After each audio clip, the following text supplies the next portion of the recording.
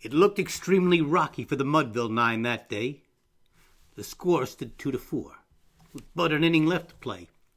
So when Cooney died at second and Burroughs did the same, a parlor wreathed the features of the patrons of the game.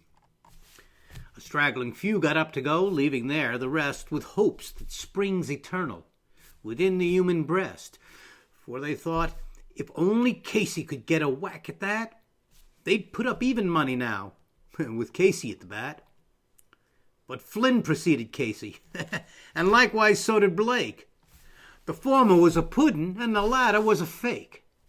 So on that stricken multitude a death-like silence sat, for there seemed but little chance of Casey getting to the bat.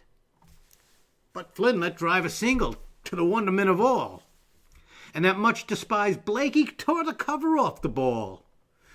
When the dust had lifted and they saw what had occurred, there was Blakey, safe at second, and Flynn hugging third. Then from the gladdened multitude went up a joyous yell. It rumbled in the mountaintops, it rattled in the dell. It struck upon the hillside and rebounded on the flat, for Casey, mighty Casey, was advancing to the bat. There was ease in Casey's manner as he stepped into his place. There was pride in Casey's bearing and a smile on Casey's face. And when responding to the cheers, he lightly doffed his hat. No stranger in the crowd could doubt. 'Twas Casey at the bat.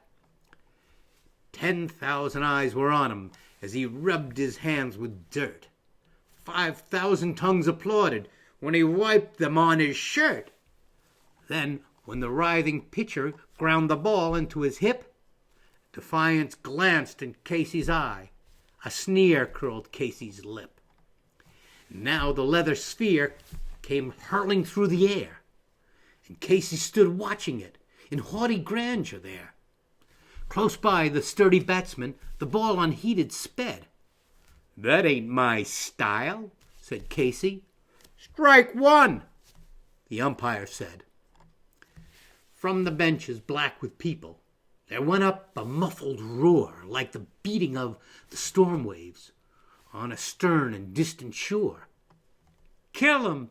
Kill the umpire!" shouted someone on the stand. And it's likely they'd have killed him had not Casey raised his hand. With a smile of Christian charity, great Casey's visage shone. He stilled the rising tumult. He made the game go on. He signaled to the pitcher, and once more the spheroid flew. But Casey still ignored it, and the umpire said, "Strike two." "Fraud!"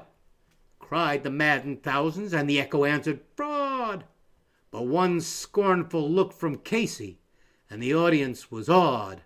They saw his face grow stern and cold. They saw his muscles strain, and they knew that Casey wouldn't let the ball go by again. The sneer is gone from Casey's lips.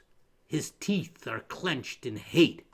He pounds with cruel vengeance his bat upon the plate. And now the pitcher holds the ball, and now he lets it go. Now the air is shattered by the force of Casey's blow. Oh, somewhere in this favored land the sun is shining bright. The band is playing somewhere, and somewhere hearts are light. And somewhere men are laughing, and somewhere children shout. But there is no joy in Mudville. Mighty Casey has struck out.